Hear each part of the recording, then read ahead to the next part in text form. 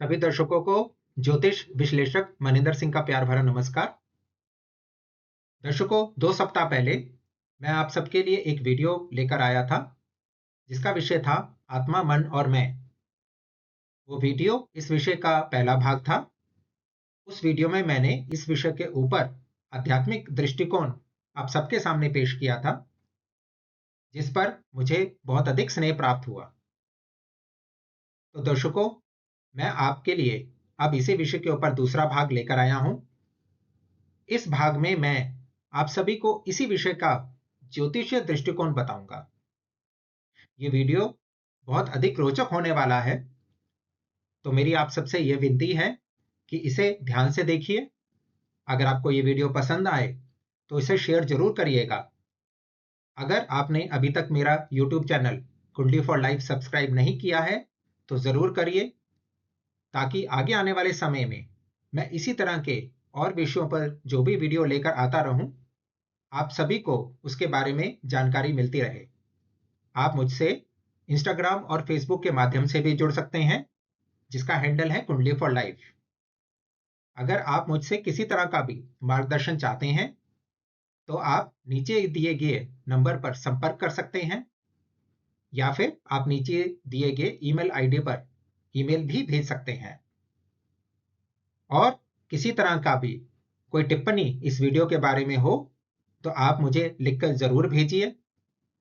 और कोई ऐसा विषय जिसके बारे में आप चाहते हैं कि मैं आपके सामने दोनों तरह के दृष्टिकोण लेकर आऊं, यानी आध्यात्मिक और ज्योतिष, तो आप टिप्पणी के माध्यम से मुझे बता सकते हैं, अथवा आप नीचे दिए गए नंबर पर भी व्हाट्सएप लिख के भेज सकते हैं। तो दर्शकों, आइए इस रोचक जानकारी का आनंद लें और अब आगे चलते हैं आत्मा, मन और मैं भाग 2 पर। आइए दर्शकों, अब मैं आपको इन तीनों विषयों का ज्योतिषीय दृष्टिकोण बताऊंगा। इसे आप ध्यान से सुनिए। ये बहुत काम की चीज है जहां तक मनुष्य जीवन का सवाल है। हम अपनी कुंडली चार्ट में किस तरह आत्मा को, मन को और मैं यानी अपने बारे में हम अपने आप को देखें, और ये तीनों चीजें, तीनों विषय मिलकर किस तरह हमारे जीवन पर प्रभाव डालती हैं, इसके बारे में जानें। इस स्क्रीन के दाहिनी ओर जो आपको दिखाई दे रहा है, ये एक खाली कुंडली चार्ट है, जो कि कालपुरुष कुंडली के हिसाब से पहले भाव में लग्न, दूसरे भाव में 2 नंबर, तीसरे भाव में 3 नंबर, चौथे भाव में 4 नंबर और इसी तरह 12 क्रमांक तक लिखे हुए अंक हैं। इसी पर मैं आत्मा, मन और मैं के बारे में जानकारी दूंगा।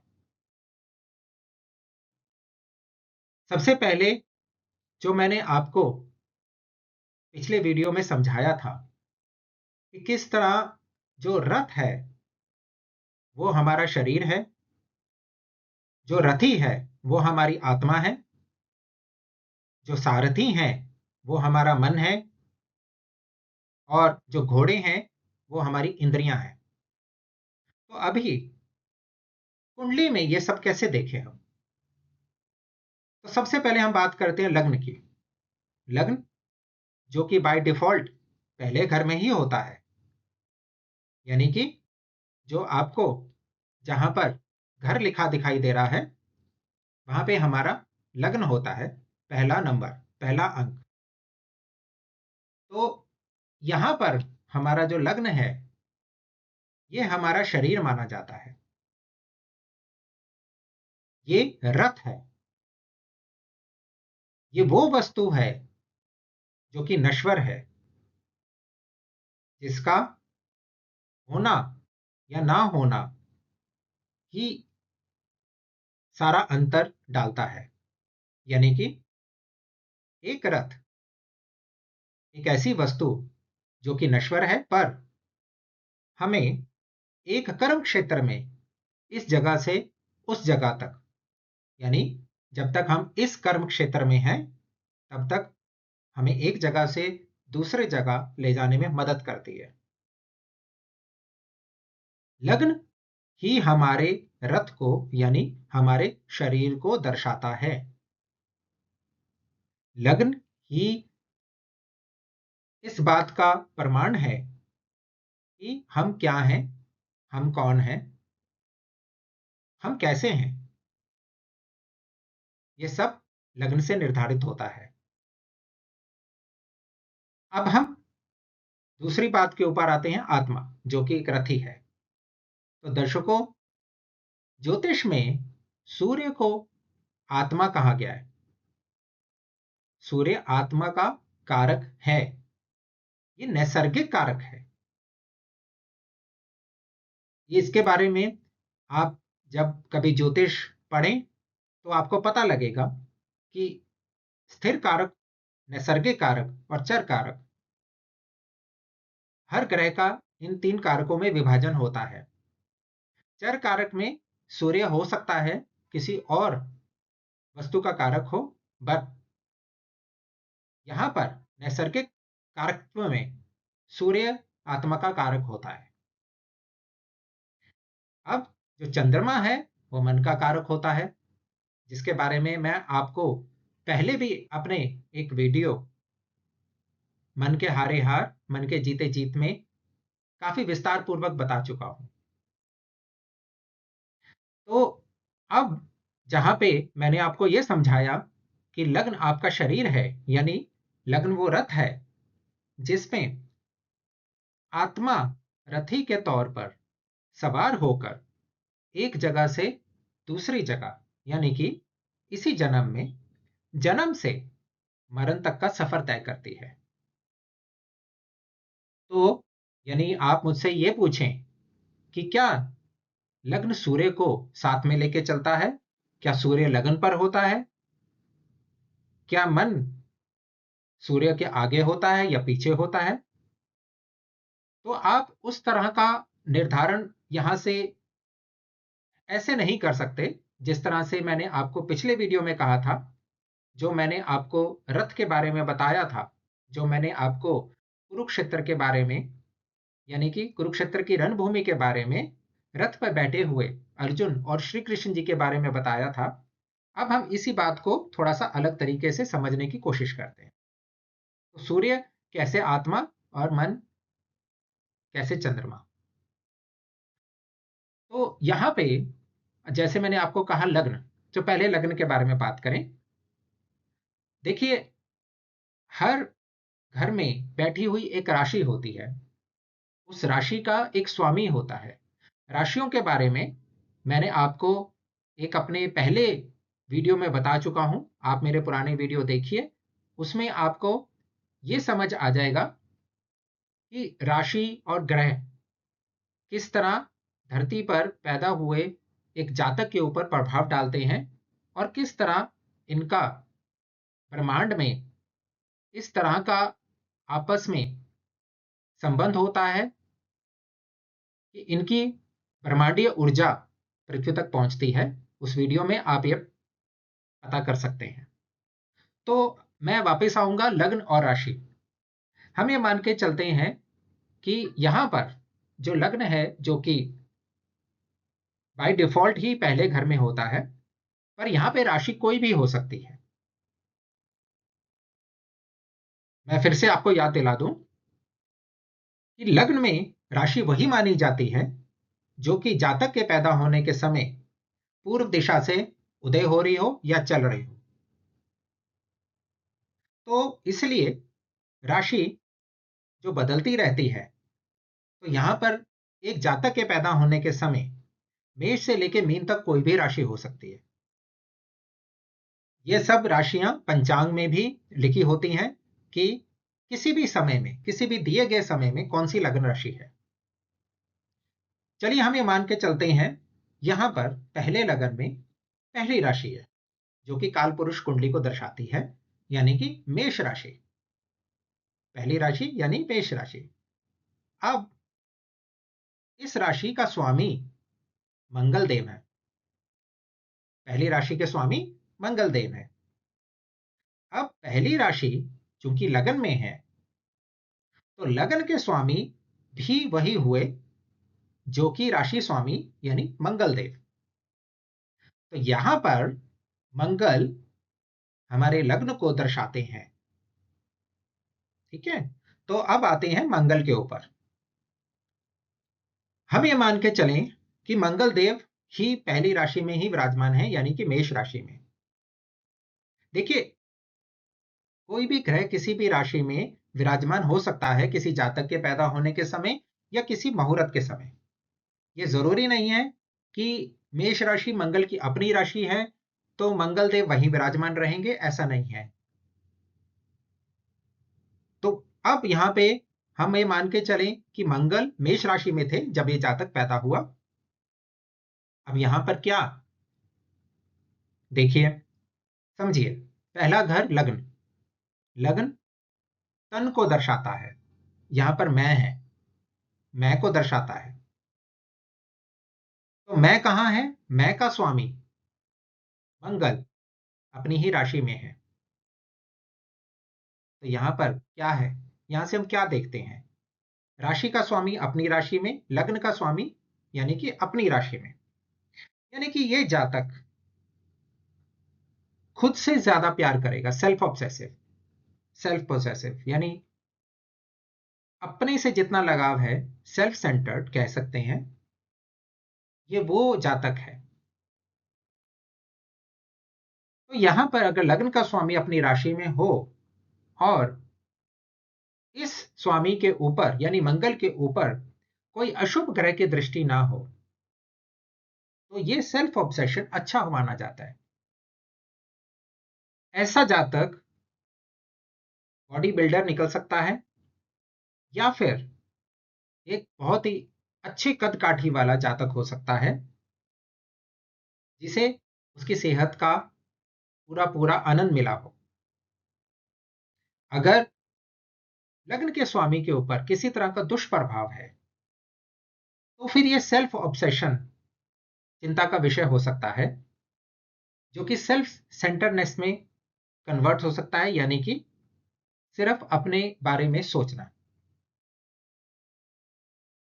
तो यहां पे तन की बात जो मैंने की, तो तन का स्वामी मंगल अपनी राशि में बैठकर यानी कि लग्न में बैठकर तन के ऊपर ही ध्यान देगा।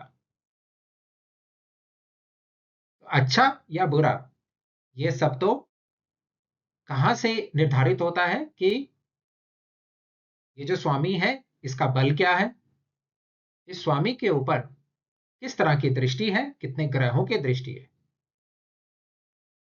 जी, चलिए आगे चलते हैं। अब यही मंगल अगर चौथे घर में बैठ जाए तो, अब चौथे घर में देखिए कर्क राशि है। तो पहले हम बात करते हैं इस घर के कारकत्व के बारे में, इस कारक क्या है इस घर में। हम यहां से चल अचल संपत्ति के बारे में विचार करते हैं, हम यहां से माता जी का विचार करते हैं और हम यहां से मन का विचार करते हैं। अब लग्न का स्वामी चौथे घर में यानी कि तन का जुड़ाव चौथे घर के कारकों से है, यानी तन वहां से जुड़ा हुआ है, यानी ये इंसान, ये जातक का चल अचल संपत्ति से गहरा संबंध रहेगा। अभी हम देखिए यहां लगाव की बात नहीं कर रहे हैं, हम यहां बात कर रहे हैं कि इस जातक का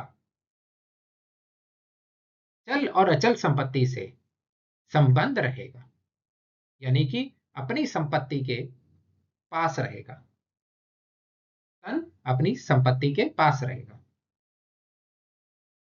मंगल वैसे भी स्वयं भी चौथे घर के कारक माने गए हैं, तो मंगल चौथे घर में अच्छे माने जाते हैं जहां तक संपत्ति का सवाल है।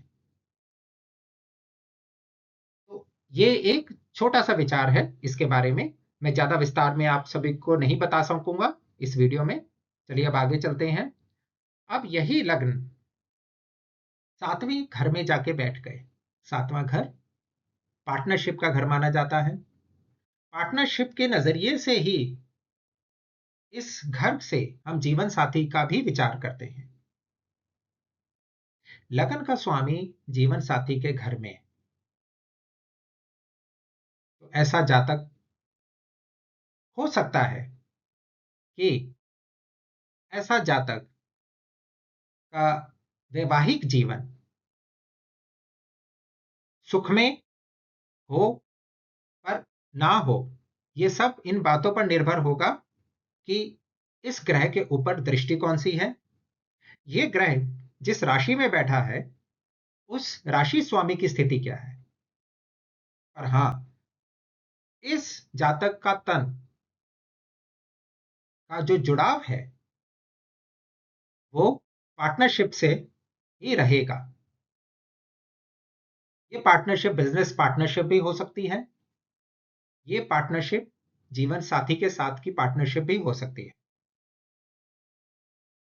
देखिए, वैसे मंगल ग्रह की बात करें जो कि हम यहाँ दर्शा रहे हैं, यहाँ पर एक मांगलिक योग बन जाता है। हमने मंगल की बात की है। वैसे तो मैं आपको ये बता दूं कि मंगल पहले घर में, दूसरे घर में, चौथे घर में, सातवें घर में, आठवें और 12वें घर में मांगलिक योग देता है, जो कि अच्छा नहीं माना जाता। पर मांगलिक योग जो है वो निष्प्रभावी भी हो सकता है। उसके बारे में कभी और चर्चा करेंगे। पर मंगल का इन जगह पे होना अच्छा नहीं माना गया मांगलिक योग की दृष्टि से। इस तरह के जातक अलग अलग तरह के दुष्प्रभावों से गुजरते हैं। हर घर का अपना अपना दुष्प्रभाव है। तो अभी आप यहाँ पे मंगल के बारे में ना सोचकर आप लग्न में किसी और ग्रह के बारे में भी सोच सकते हैं कि मंगल ना होकर अगर कोई और ग्रह जो लग्न का स्वामी है वो सातवें घर में हो तो तन का जुड़ाव यहां पर हो जाता है। अब हम बात करते हैं लग्न के स्वामी की 10वें घर में। तो इस जातक का तन का जुड़ाव उसके कर्म क्षेत्र से है। यानी ये जातक कर्मशील होगा, कर्मठ होगा।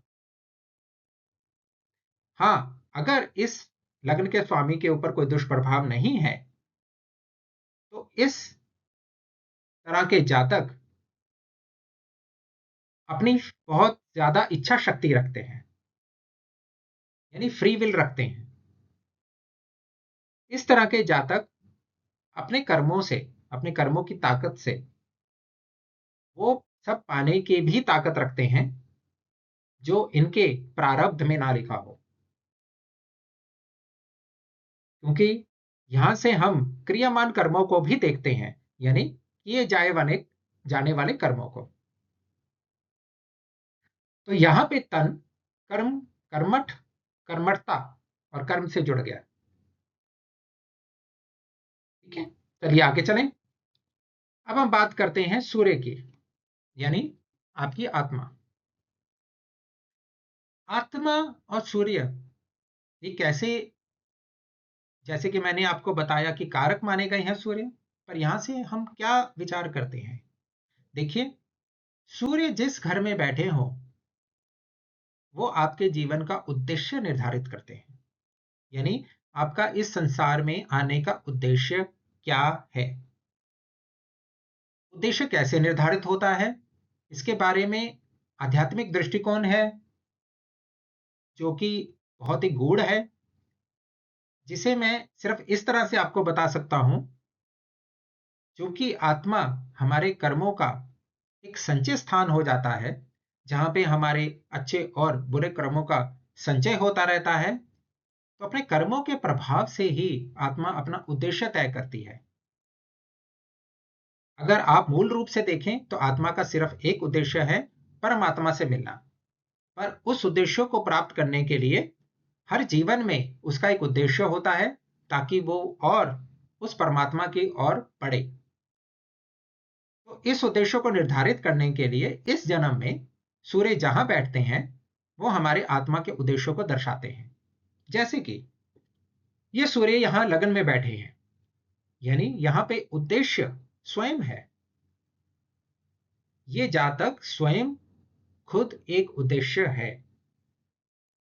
किसी उद्देश्य की पूर्ति के लिए यहां पर यह जातक है। वैसे ये राजयोग में भी आता है कि अगर सूर्य लगन में अपनी मित्र राशि में या उच्च का होकर बैठा हो या अपनी स्वयं के राशि में बैठा हो, तो ऐसे जातक राज सिंहासन के वारिस होते हैं। तो इसमें इस जातक का बादशाह होना, राजा होना, सुल्तान होना, ये बहुत हद तक निश्चित हो जाता है। अब बात करते हैं दूसरे घर में।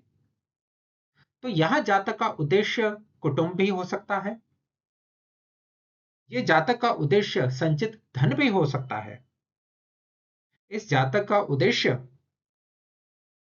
अपने बच्चों की पालन पोषण करना और उनका ध्यान रखना, वो भी हो सकता है। इस जातक के संतान भी प्रभावशाली संतान हो सकती है।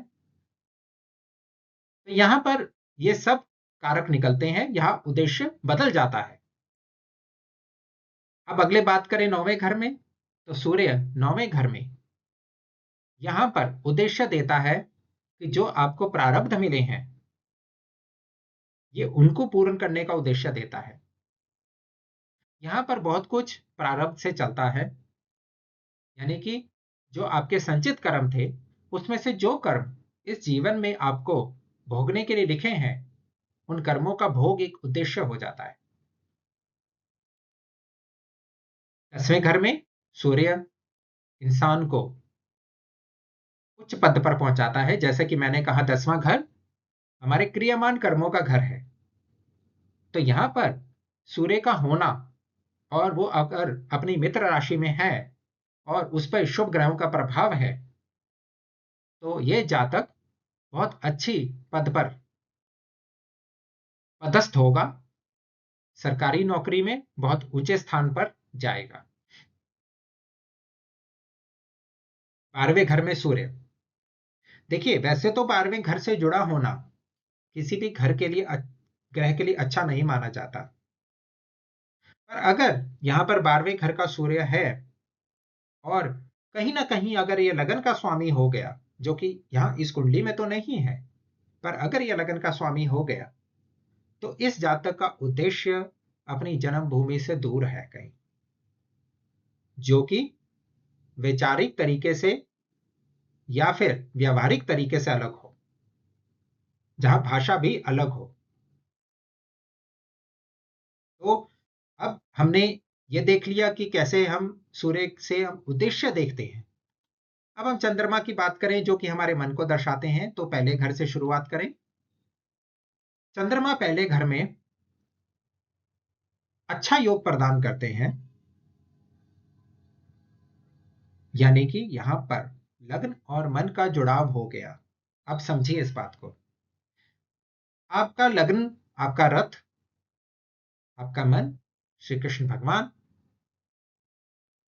तो आपके रथ के हिसाब से, यानी कि मन का पूरा नियंत्रण रथ के ऊपर, अगर यहां पे चंद्रमा बलवान है, यानी कि शुक्ल पक्ष पंचमी से लेकर कृष्ण पक्ष अष्टमी के बीच में जातक का जन्म हुआ है, चंद्रमा के ऊपर कोई ग्रहण या विषयोग नहीं है, या किसी भी नीच ग्रह की कोई दृष्टि नहीं है, कोई दुष्प्रभाव नहीं है, तो ये चंद्रमा इस जातक को बहुत अच्छा मार्गदर्शन देगा।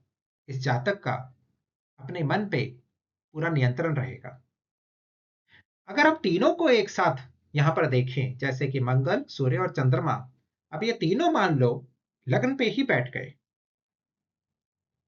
तो ये जातक महाराज योग में जाता है, यानी कि ये जन्म से ही सम्राट होगा, अगर इन तीनों के ऊपर किसी और तरह की कोई दृष्टि ना हो तो।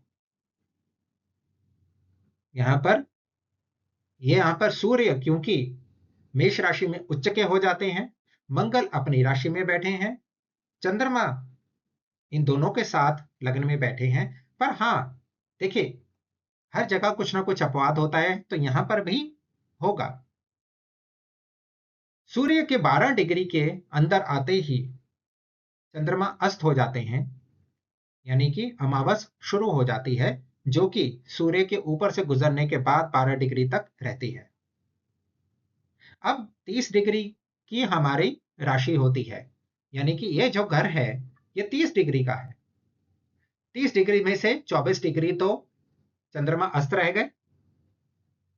अब बाकी बचे 6 डिग्री, यानी 3 डिग्री इस तरफ 3 डिग्री उस तरफ सूर्य के। अगर चंद्रमा एक घर में है और उस 24 डिग्री से बच गए हैं तो निश्चित ही इसका फल, जैसे मैंने कहा, सम्राट योग इस कुंडली में है। तो देखिए, यहां पर इस जातक का अपने रथ पर, अपने मन पर और अपनी आत्मा के उद्देश्य पर पूरा नियंत्रण है। तीनों चीजें एक साथ आ गई तो ये जातक कभी भी जीवन में भटक नहीं सकता। इस जातक का उद्देश्य एकदम सटीक है, सही दिशा में ये जातक हमेशा अपने जीवन में जाएगा। चलिए बात करते हैं चंद्रमा तीसरे घर में। देखिए, वैसे तो तीसरे, छठे और 11वें घर में ये अच्छे घर नहीं माने जाते। यहां पर किसी भी ग्रह को होना अच्छा फल नहीं देता, पर जितने चमकने वाले ग्रह हैं यानी सूर्य और चंद्रमा, ऐसा शास्त्र में कहा गया है कि सूर्य और चंद्रमा का इन ग्रहों में होने से कोई बुरा असर नहीं पड़ता। तो यहाँ पे चंद्रमा, यहाँ पे बांधवों को दर्शाता है, बंधु बांधवों को। तो यहाँ पे चंद्रमा यानी कि इस जातक का जो भी बंधु बांधव होगा उसके साथ इसके बहुत अच्छे संबंध होंगे। इस जातक का मन अपने बंधु बांधवों से लगेगा। देखिए, यहाँ पे अब मन की बात की तो यहाँ पर पहले घर में जहाँ पे चंद्रमा था, सूर्य के साथ और मंगल के साथ होने की वजह से जो मैंने बताया, पर अगर चंद्रमा अकेला भी यहाँ पे है तो इस जातक का लगाव खुद के साथ, यानी कि अगेन सेल्फ ऑब्सेशन, यानी कि खुद से सबसे अधिक प्रेम। तो यहाँ पे चंद्रमा यहाँ पे अपने आप से दूसरों को कम मांगता है ये जातक, और अपने आप को ज्यादा। जहां पे चंद्रमा होगा वहां पे लगाव होगा। देखिए, वहां पे जुड़ाव होगा, तन का जुड़ाव नहीं, मन का जुड़ाव। अभी हम मन के जुड़ाव की बात कर रहे हैं। हमने आत्मा का उद्देश्य की बात की, जहां पर सूर्य होगा वहां आत्मा का उद्देश्य होगा। इसी तरह अब बात करते हैं चंद्रमा, जहां चंद्रमा होगा वहां आपका जुड़ाव होगा। तो यहाँ पे चंद्रमा आपको कहाँ लगाव देगा? आपका लगाव आपके बंधु बांधवों के साथ होगा। आपका लगाव आपकी मेहनत करने पे होगा, क्योंकि यहां से हम पराक्रम को भी देखते हैं। ठीक है, आगे चलते हैं। चंद्रमा चौथे घर में, अभी तो फिलहाल यहाँ पे चौथी राशि है, यानी कि कर्क राशि है। चंद्रमा अपनी राशि में माना गया। तो अब यहाँ चंद्रमा अगर अपनी राशि में है तो ये तो बहुत अच्छा योग है। चंद्रमा अपनी राशि में होने में इस जातक का अपनी माता से बहुत लगाव होगा। चल अचल संपत्ति से लगाव होगा। वाहन सुख, भवन सुख मिलेगा। फिर से मैं अब याद दिला दूं, चंद्रमा बलवान होना चाहिए। चंद्रमा किसी ग्रहण या विषयोग में नहीं होना चाहिए। चंद्रमा पे किसी बुरे ग्रह की दृष्टि नहीं होनी चाहिए। चंद्रमा अब पांचवें घर में, चंद्रमा पांचवें घर में हो तो पांचवें घर के कारक कहाँ क्या होते हैं? पांचवें घर से हम संतान को देखते हैं। पांचवें घर से हम क्रिएटिविटी को देखते हैं, स्पोर्ट्स एक्टिविटीज को देखते हैं। यहां से हम दोस्ती को भी देखते हैं, यानी कि फ्रेंडशिप को देखते हैं। यानी इस जातक के दोस्त कैसे होंगे और किस तरह का संबंध होगा। तो अगर चंद्रमा यहां है तो यहां पर इस जातक का अपने दोस्तों से लगाव होगा, संतान से लगाव होगा। यहां पर चंद्रमा किसी ना किसी तरह की क्रिएटिविटी जरूर इंसान को देता है, बशर्ते चंद्रमा पर अच्छी यानी कि शुभ दृष्टि होनी चाहिए। ठीक है, अब बात करते हैं सातवें घर की। तो सातवें घर, जैसे मैंने आपको बताया, जीवन साथी का घर। तो चंद्रमा यहां पर होने यानी मन जीवन साथी पर लगा हुआ। पर यहाँ पर मैं ये भी कहूँगा कि बहुत अच्छे बिजनेसमैन का चंद्रमा यहाँ होता है, यानी कि उन्हें पार्टनरशिप की बहुत अच्छी समझ होती है। ठीक है, आगे चलते हैं। 10वें घर का चंद्रमा। तो 10वें घर का चंद्रमा हमें किस तरह का अनुभव देगा? जैसे मैंने आपको कहा, यहाँ पे क्रियामान कर्म होते हैं, यानी किए जाने वाले कर्म। तो यहां से हम प्रोफेशन को भी देखते हैं, यहां से हम पिता को भी देखते हैं। तो अगर जातक का चंद्रमा 10वें घर में है,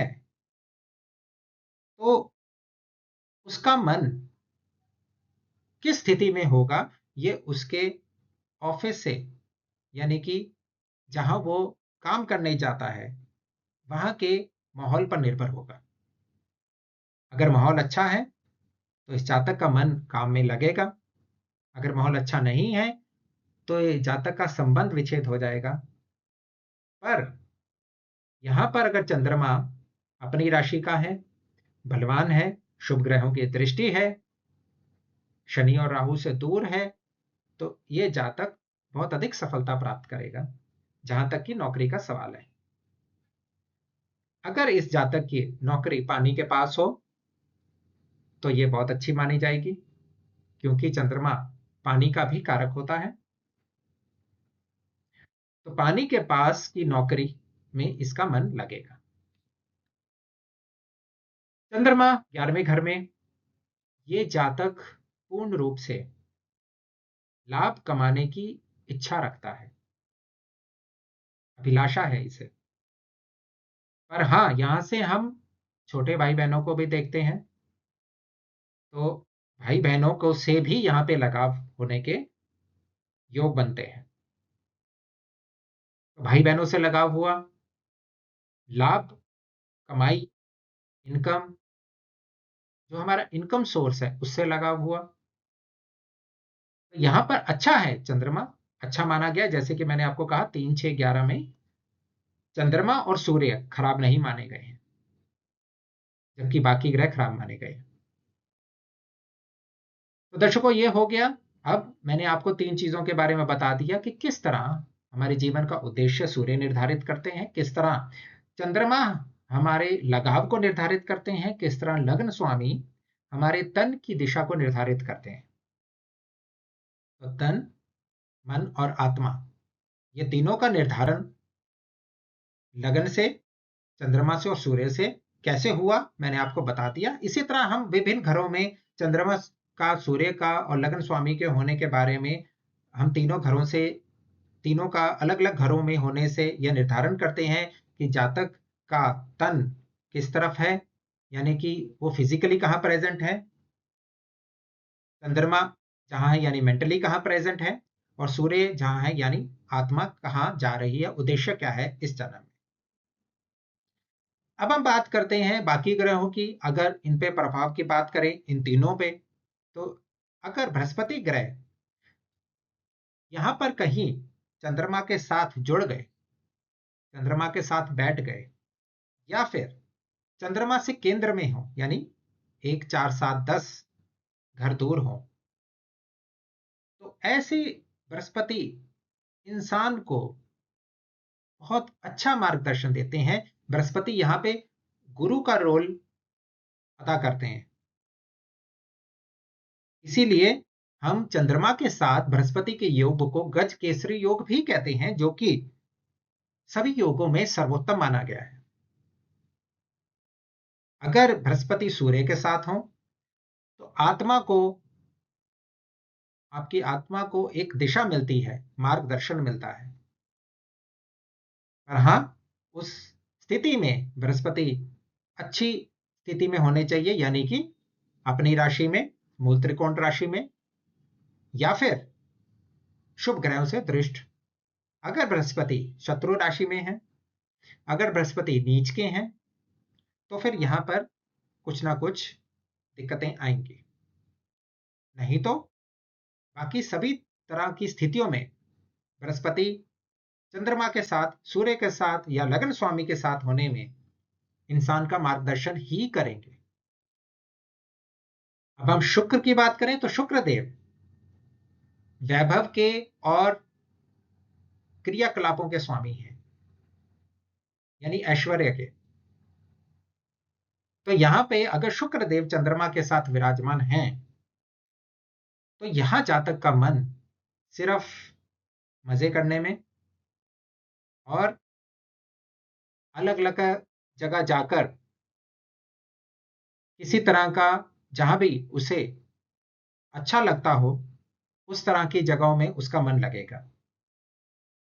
तो यहाँ पे अगर शुक्र और चंद्रमा हो तो यहाँ पर ये बाकी ग्रहों को हमें देखना चाहिए कि बाकी ग्रह अगर अच्छी स्थिति में हैं, अगर शुक्र भी अच्छी स्थिति में है, तो जातक का मन सही तरीके से अपनी जिंदगी में सही तरीके से चलने पर लगेगा, नहीं तो वो गलत तरीके पर भी जा सकता है, क्योंकि शुक्र देव जो हैं वो असुरों के देव हैं।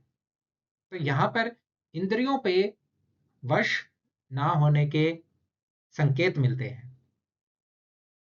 शुक्र अगर सूर्य के साथ हैं तो यहां भी हमें दिक्कत है। यहां ये प्रॉब्लम आती है कि शुक्र सूर्य को पथभ्रष्ट कर सकते हैं, यानी कि आत्मा के उद्देश्यों को बाधित कर सकते हैं और आत्मा का इस जीवन में उद्देश्य पूर्ण होने से रोक सकते हैं। पर अगर सूर्य शुक्र को अस्त कर दें, यानी कि उन डिग्रीज में आ जाएं जिसमें वो अस्त हो जाते हैं, तो यहां पे शुक्र सूर्य को प्रभाव नहीं डाल पाते। लग्न के साथ शुक्र बैठे हों तो फिर ये जातक वैभव और ऐश्वर्य का जीवन जिएगा। पर यह देखना चाहिए कि इस स्थिति में शुक्र के ऊपर या लग्न स्वामी के ऊपर किसी तरह का दोष ना हो। अब हम बात करते हैं राहु मंगल की। मंगल उत्तेजित ग्रह है, तो मंगल क्या करता है? उत्तेजना देता है। अगर मंगल चंद्रमा के साथ है तो इस जातक का मन स्थिर नहीं है। इसीलिए मंगल को कुछ ग्रहों में मांगलिक दोष के लिए जिम्मेवार ठहराया गया है। तो मंगल की उत्तेजना सूर्य के लिए भी ठीक नहीं है, मंगल के माफ करिएगा, लग्न के लिए भी ठीक नहीं है। पर अगर लग्न का स्वामी मंगल है और लग्न स्वामी 10वें घर में जाके बैठ जाए तो ये जातक उच्च पद पर आसीन रहेगा, रक्षा क्षेत्र में या किसी भी ऐसे क्षेत्र में जहां उत्तेजना की जरूरत है। तो ऐसा नहीं है कि लग्न के साथ मंगल बुरा फल देगा, पर हां, मंगल का चंद्रमा के साथ होना काफी हद तक सही नहीं माना जाता। राहु अगर यहां पर मौजूद हो जाए इन तीनों के साथ कहीं भी, तो राहु भ्रम की स्थिति पैदा करता है। अब यहां पे किस तरह का भ्रम? अगर राहु चंद्रमा के साथ हो तो यह ग्रहण योग है। जैसा कि आप सभी ने मोहिनी की कहानी सुनी होगी, जहां विष्णु जी ने मोहिनी का अवतार लिया और अमृत मंथन के बाद निकलने वाले अमृत को बांटने के लिए मोहिनी के तौर पे उन्होंने ये कोशिश की कि राहु केतु को यह अमृत ना मिले, पर किसी तरह राहु ने उसका पान कर लिया। तो राहु और केतु गर्दन कटने के बाद, यानी कि वो पहले एक असुर थे, गर्दन कटने के बाद दो हो गए और दोनों अमृतत्व को प्राप्त हो गए। तो राहु तब से सूर्य और चंद्रमा पर ग्रहण लगाते हैं, क्योंकि सूर्य और चंद्रमा ने ही उस पंक्ति में बैठे हुए राहु केतु को पहचानने में मोहिनी की मदद की थी। तो तब से राहु और केतु ग्रहण लगाते हैं सूर्य और चंद्रमा को। तो किसी भी स्थिति में राहु का सूर्य या चंद्रमा के साथ बैठा होना अच्छा नहीं माना जाता। यहां पर आत्मा भी अपने उद्देश्य से भटक जाती है अगर सूर्य के साथ बैठे हों, और मन तो भटकता ही है, मन हमेशा भ्रमित रहता है। लग्न के स्वामी के साथ अगर राहु बैठ जाए और वो परम शत्रु में हो, तो यहां पे शारीरिक तौर पे भी इंसान भटक सकता है। तो यहां पे राहु कभी भी अच्छा नहीं माना गया जहां तक लग्न की, सूर्य की या चंद्रमा की बात हो। शनि शनि सूर्य और चंद्रमा के साथ विष योग का निर्माण करते हैं। देखिए, शनि डिप्रेशन है, अंधेरा है। तो शनि का मन पे, अंधेरे का मन पे होना कभी अच्छा हो ही नहीं सकता। इसलिए शनि का चंद्रमा के साथ होना अच्छा कभी नहीं माना गया। इसी तरह शनि और सूर्य हालांकि पिता और पुत्र हैं, पर जहां पर सूर्य उजाले के स्वामी हैं, शनि अंधेरे के स्वामी हैं, तो इन दोनों का मिलन कभी नहीं होता। उजाला जाते ही अंधेरा और अंधेरा जाते ही उजाला, कभी दोनों एक साथ नहीं मिलते। तो इसलिए शनि और सूर्य का किसी भी ग्रह में मिलन या एक दूसरे पर दृष्टि होना, ये एक दूसरे के कारकों को प्रभावित करता है। शनि जहां कर्म का प्रतिनिधित्व करते हैं हमारी कुंडली में, यानी कर्म को दर्शाते हैं, वही सूर्य हमारी आत्मा के उद्देश्यों को दर्शाते हैं। तो सूर्य का शनि पर दृष्टि होना या शनि को अस्त करना, वो भी अच्छा नहीं है। इसी तरह शनि का सूर्य पर दृष्टि होना, वो भी अच्छा नहीं माना जाता। तो हमारी ये जो 3 कारक में है, यानी कि लग्न, सूर्य और चंद्रमा, हालांकि वैसे तो सभी ग्रह बहुत महत्व रखते हैं, पर ये 3 ग्रह, ये 3 चीजें कुंडली में सब चीजों का प्रतिनिधित्व करती हैं। अगर ये 3 सही दिशा में हैं, तो आपको अपने जीवन में सब कुछ प्राप्त होगा, जो जिस समय पर चाहिए वो मिलेगा। अगर यहाँ पर ये तीनों में किसी तरह का भी कोई दोष आता है, तो हमें अपने जीवन के मार्गदर्शन में, अपने जीवन के उद्देश्य में या अपने जीवन के लक्ष्य में हमेशा कोई ना कोई दिक्कत रहेगी, हमें मुश्किलों का सामना करना पड़ेगा। तो दर्शकों, आशा है कि मैं जो आपको समझाना चाह रहा था, आत्मा, मन और मैं के बारे में, वो समझाने में मैं सफल रहा हूं। इस विषय का आध्यात्मिक दृष्टिकोण और ज्योतिषीय दृष्टिकोण आप सभी को सही तरह से समझ आ गया हो। इसी तरह के और विषय मैं आप सबके लिए लेकर आता रहूंगा। आप मेरे चैनल के साथ जुड़े रहिए। अगर आपको मुझसे किसी तरह की जानकारी या मार्गदर्शन चाहिए, तो नीचे दिए गए संपर्क नंबरों पर आप मुझसे संपर्क कर सकते हैं, या फिर मुझे ईमेल kundliforlife@gmail.com पर ईमेल भेजकर भी संपर्क कर सकते हैं। आप मेरे साथ इंस्टाग्राम और फेसबुक चैनल पर भी जुड़े रहिए। मैं आपके लिए जल्द ही एक नया विषय लेकर आऊंगा। तब तक के लिए सब दर्शकों को मेरा प्यार भरा नमस्कार।